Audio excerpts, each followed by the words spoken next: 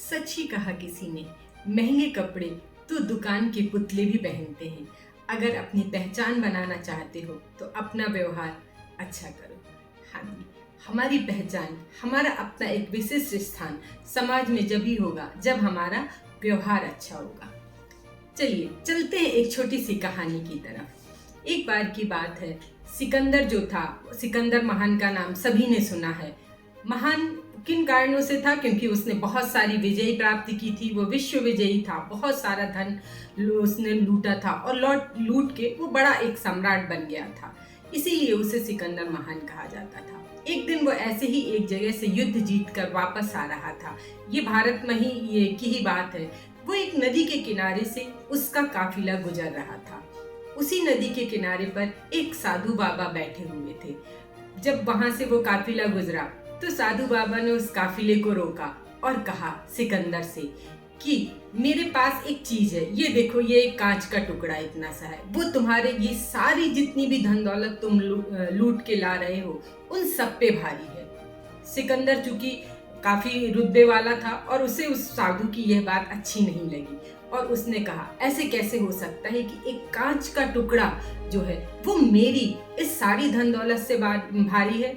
तो वो साधु बाबा ने कहा विश्वास ना हो तो तुम इसे तौल के देख लो। सिकंदर चूंकि रुतबे में था, उसने तुरंत ही कहा हाँ तराजू मंगाओ और अभी तौलते हैं। एक तराजू के एक पड़ले पर वो साधु बाबा ने जो कांच का टुकड़ा दिया था, रखा था, वो रख दिया और दूसरे पे उसने अपनी थोड़ी सी धन दौलत, हीरे जवाहरात मंगवाए और रख दिए, क्योंकि वो जानता था ये कांच के टुकड़े में तो इतनी सी दौलत रख देंगे और जो है वो भारी हो जाएगा।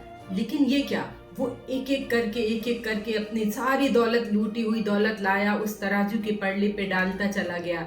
लेकिन साधु बाबा का वो कांच का टुकड़ा जो था वो भारी था और इनकी सारी दौलत जो है वो हल्की होके ऊपर थी।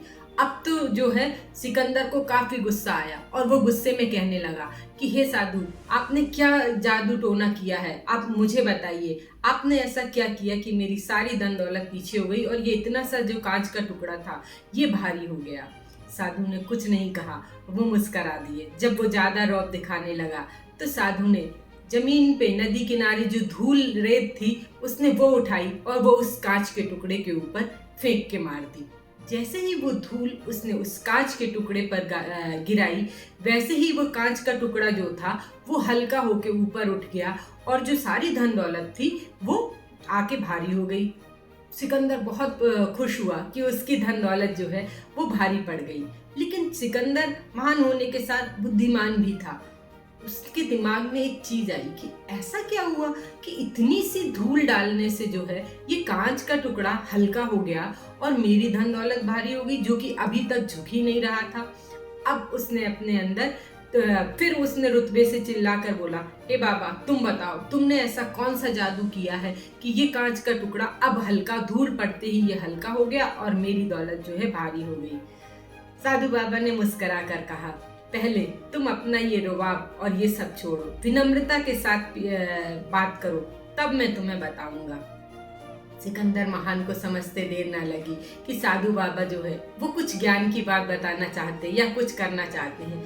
सिकंदर वहीं बैठ गया और फिर उसने कहा, साधु बाबा अब बताइए आप, ऐसी ये क्या चीज है, मैं ये जाने बगैर यहाँ से नहीं जा सकता। तब वो जो साधु थे मुस्कुराए और उन्होंने कहा, ये जो कांच का टुकड़ा है ना, ये हमारी आंख है दरअसल, और यही आंख पे जब धूल का पर्दा पड़ जाता है ना तो हमें हर चीज स्पष्ट दिखाई नहीं पड़ती है। और जैसे ही इसके ऊपर ये धूल गिरती है, जब हमें स्पष्ट नहीं दिखाई पड़ती कोई चीज, हम सच नहीं जान पाते, तो ये भारी हो जाती, क्योंकि हमें सच का ज्ञान ही नहीं हो पा रहा। तो ये जो तुम्हारी धन दौलत थी ये भारी हो गई क्योंकि आंख पे धूल का पर्दा पड़ गया। पता नहीं सिकंदर ने इस चीज को किस रूप में समझा, लेकिन हमें तो ये समझ आता है, ये ज्ञान दे गए साधु बाबा कि यदि हम अपनी आंखों पर ये पर्दा पड़े रहेंगे तो जीवन की सच्चाइयों को नहीं देख पाएंगे। समय रहते हमें इन सच्चाइयों को जानना है। अपनी यदि किसी रिश्ते को लेकर हमारी आंख पे पर्दा पड़ गया तो वो रिश्ता खत्म हो जाएगा। यदि हमारी पढ़ाई, हमारी ऊंचाई, हमें जीवन में जो कुछ प्राप्त करना है उसमें लेके हमने ये पर्दा डाल दिया तो हम जीवन में उन अच्छाइयों को, उन चीज़ों को प्राप्त नहीं कर पाएंगे जो हमें करना है। यदि जीवन में ज्ञान प्राप्त करने के क्षेत्र में हमने अपनी आंखों पर ये पर्दा डाल लिया तो हम समझेंगे हम कभी ज्ञान प्राप्त नहीं कर पाएंगे। क्यों? क्योंकि तब हम गुरूर में आ जाएंगे और हमें सच्चाई जो है वो दिखेगी ही नहीं। इसीलिए अपनी आंख से ये धूल का जो पर्दा है वो हटा दीजिए, जीवन की सच्चाइयों को देखिए और ऊंचाइयों पर पहुंचिए। थी छोटी सी कहानी लेकिन बहुत कुछ कह गई। कैसी लगी आपको? यदि आपको हमारी कहानियाँ अच्छी लगती हैं तो आप इस वीडियो को शेयर और सब्सक्राइब जरूर करेंगे। फिर एक बार कहना चाहूँगी, जीवन में करते रहिए कुछ ऐसा कि लोग भी करना चाहें आपके जैसा। फिर मिलेंगे मैं नीलम एक नई सोच के साथ, एक नई कहानी के साथ।